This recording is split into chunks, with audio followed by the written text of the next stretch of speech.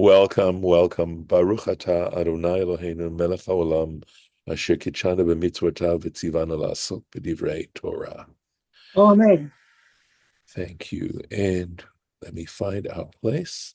The Parsha we're reading about is Shoftim. And excuse me. Okay, so here we are talking right before our point here. They were talking about the false prophet. There are actually two places in Deuteronomy that speak about the false prophet, and one the first time was last week, and I may be in trouble here. Ouch! I don't know why it does this, but I'm going to have to stop the share, and I may have to actually restart the. Yep, going to just restart the preview. Give me a moment because I'm going to have to do that. So the Parsha that, of course, I mentioned that we are doing is Parshat Shoftim. Talks about judges and officers to begin with. And let me see if I can get this for us. Okay. I think we'll be able to do it now. Try it one more time. The vagaries of a computer. Oops. All right. So we're starting a new chapter here. And of course, there's such concern on the part of Moses throughout these speeches, such a concern about the Jewish people remaining faithful after he's no longer around to set the tone, right? And he also wants to make sure that he knows that the foundation of any civilization is justice, justice and how you define justice and making sure that in situations people are treated justly. So let's see where we go on this. Chapter 19. Chi yachrit Hashem Elokecha et hagoyim, asher Hashem Elokecha noten lecha et artzal. Okay, so in this case, the word ki means when, right? When the Lord your God. Yachrit, literally karet, is to cut off. So in other words, basically, we know that they have to go in and conquer the land. So basically, that he has cut off those nations which the Lord your God, Moses is speaking, right? Which the Lord your God is giving you their land, V'yirishtam, and you inherit them, right? V'yishavta ba'arehem uvevatehem, and you dwell in their cities and in their homes. You know, a lot of stuff going on behind here, right?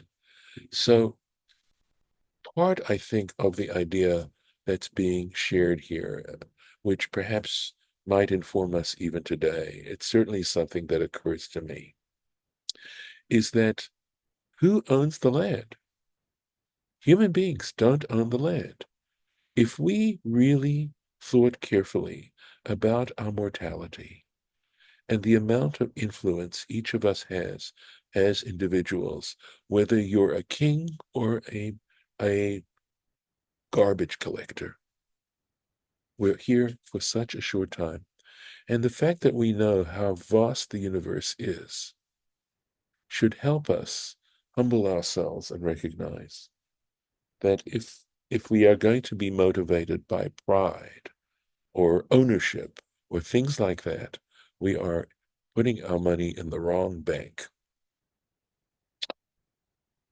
God, I think part of the idea from a literary point of view, that the Israelites didn't just go over and take uninhabited territory, is that since God is a God of justice, and the Torah believes that God is a God of justice, that if the Israelites behave in the way that the Canaanites behaved, they're going to lose the land too. And in fact, the Bible covers enough territory that we know that this happens. In other words, God owns the land. And if we were capable of understanding this and understanding the fact that we're here for such a brief period, and that if we choose to act in ways that act as if we're here forever, right? Or that somehow our blood is redder than someone else's blood. We are, again, making a big, big, big mistake. So, yes, They did conquer the Canaanites, but it wasn't because they necessarily were intrinsically better than the Canaanites, but because they were willing to cast their lot in following God. In other words, to use shorthand, to make Hashem, to make the Lord their God, meaning by following the commandments. And we know that those commandments cover a lot of territory. And in a sense, that is the title deed. Maybe I shouldn't say title deed, maybe I should say the rental agreement. Because essentially, if we think about it, when we're described here as sojourners in this world, nothing could be closer to the truth. We come into this world at a point of time, and we leave this world at a point of time. And in that period of time, we are, in a sense, temporary inhabitants.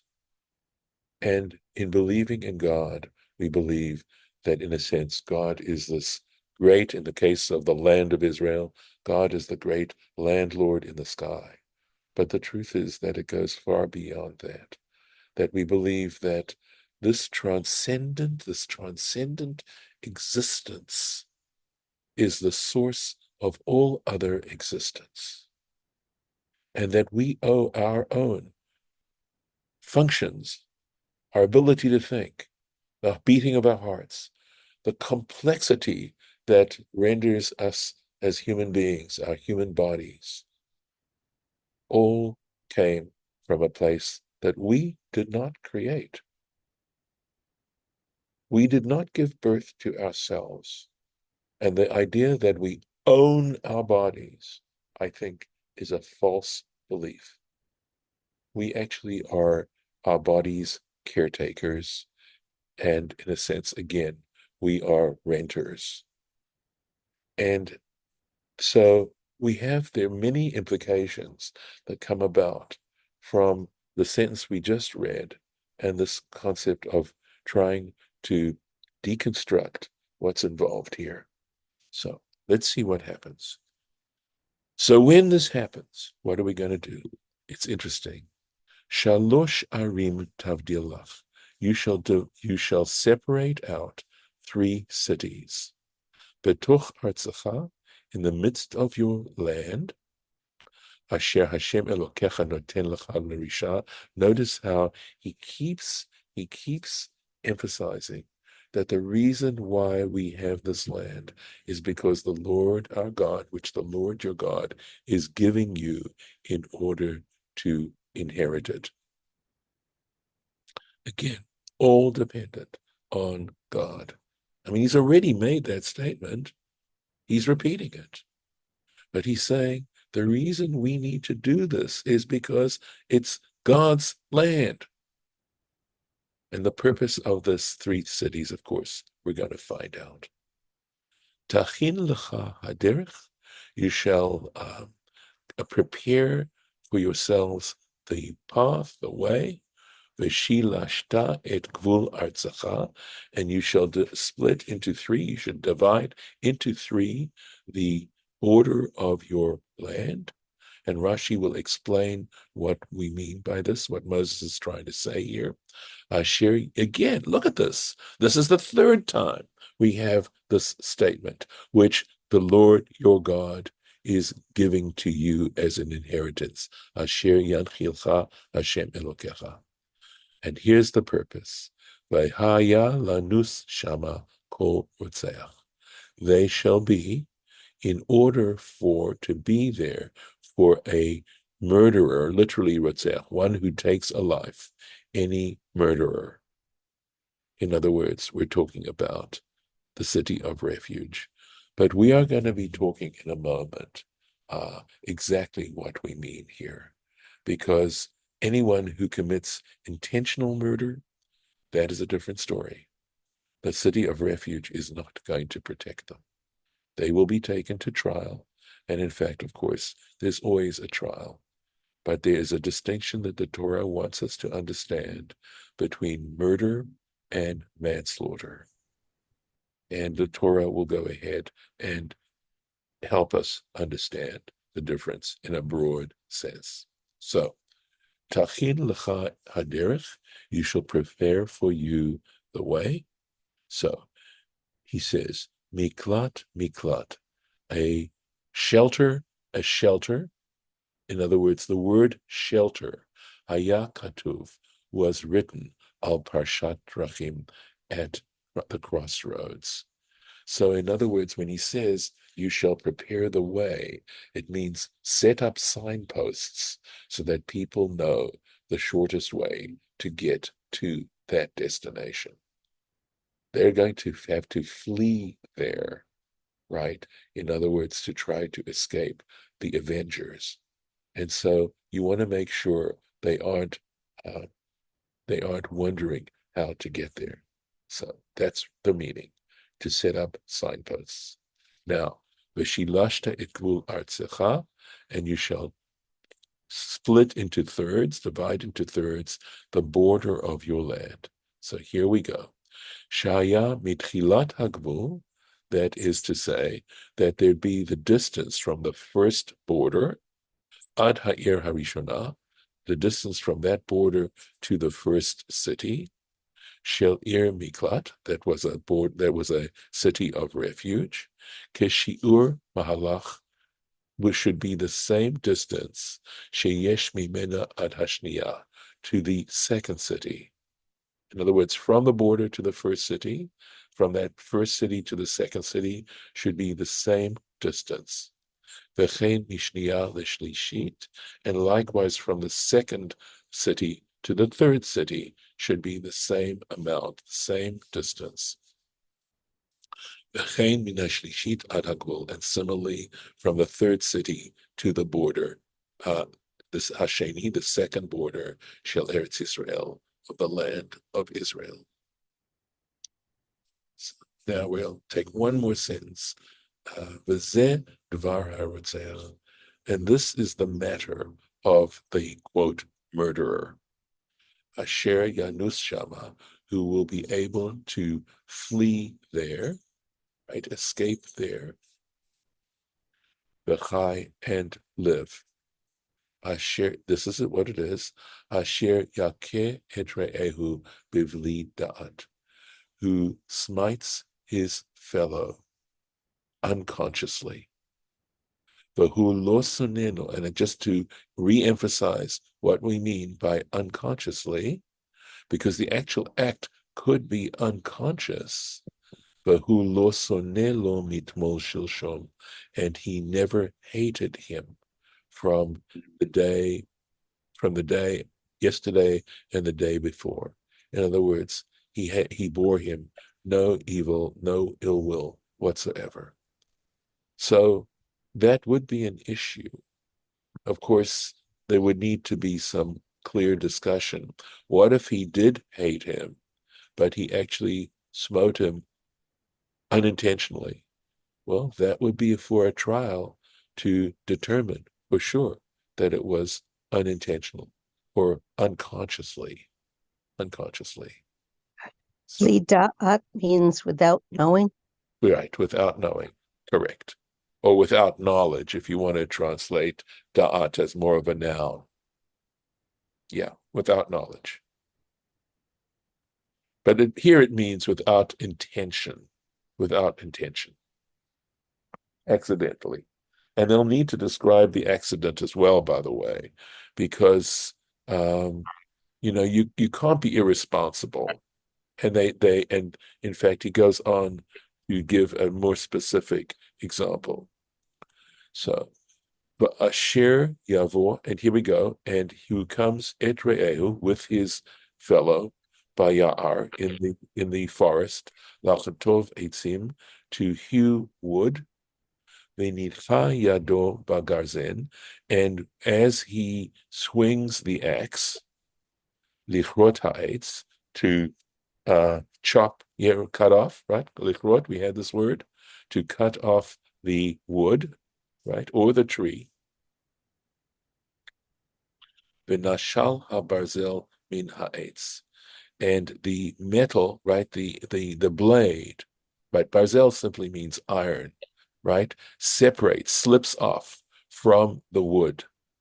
Umatza et re'ehu v'amet, and literally it means found his fellow so that he dies. So, in other words, it hits his neighbor. Huyanus, that one, shall flee el achat harim ha'ela, shall flee to one of these cities, v'chai, and live, and live. And of course, there's more to be said that we will not do today, but let's see if we can do the Rashi on this. So, Venidche Yado.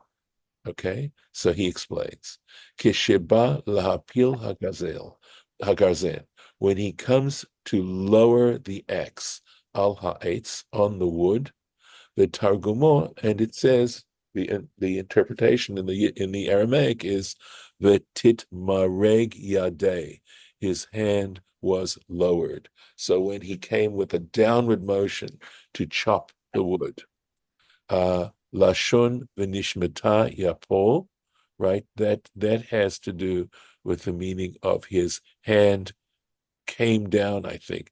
Lishmot actually means to release. He releases his hand, and because it's a different level of energy than lifting up that's Yador. So when he released his hand, lahapil makat hagazel, to drop the blow of the axe, al ha'etz, on the wood. So that's pretty clear as to what he means there. Going on. So he gives an example from the second book of Samuel. It's the story of David taking the ark. He was on his way to take the ark to Jerusalem, and the ark was on a cart, and the oxen stumbled, and the cart, remember, and Uzzah put his hand onto the ark to prevent it from falling, and Uzzah was smitten at that point. At any rate, in that story, it says, Ki shamtu habakar. So there we have this word shamot, right? So because the oxen, so how do we translate shamtu? Somehow they released, but it usually is translated as stumbled. So maybe it means they lost their footing. Now that would make sense. And in fact, I'm going to type that in. Okay.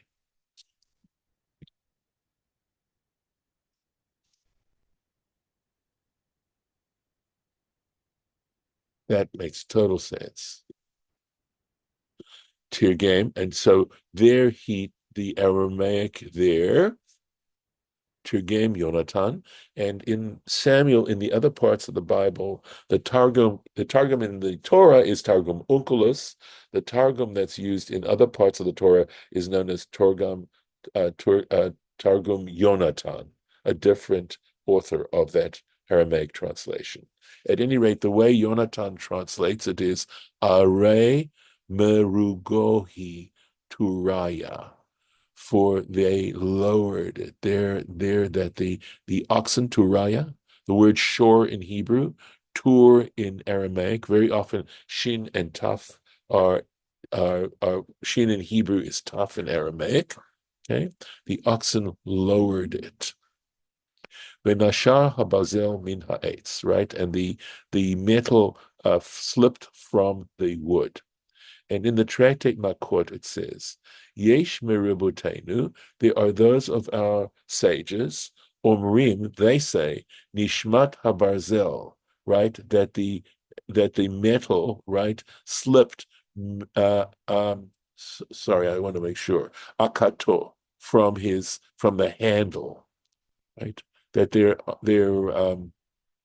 sorry, it is actually me, this is actually a mem, mi kito, okay, or mikato, from its handle, that the metal escaped from its handle. In other words, and slipped off. The yesh mehem omrim, and there are those who are of the opinion, sheyashal habazel lachaticha min ha'etz, right? That we're talking about the fact that the metal loosened, right, a piece of the wood, hamit baka, which is being split, vehi nitza vehargo, and that what that happened was it went and killed him. So whether it was the axe head itself or whether it was a chip of wood that he was chipping, either way, it happened. So with the chip of wood, it's a little more accidental within the axe head, because you might say with the axe head, he needed to be more, he could have said, checked ahead of time to really make sure that it was fitting tightly. When you're chipping wood, that's sort of a little bit of a different situation. But regardless, it if it's unintentional, and not totally negligent, then that would help. And we're going to stop here today, and we'll continue this, God willing, next time.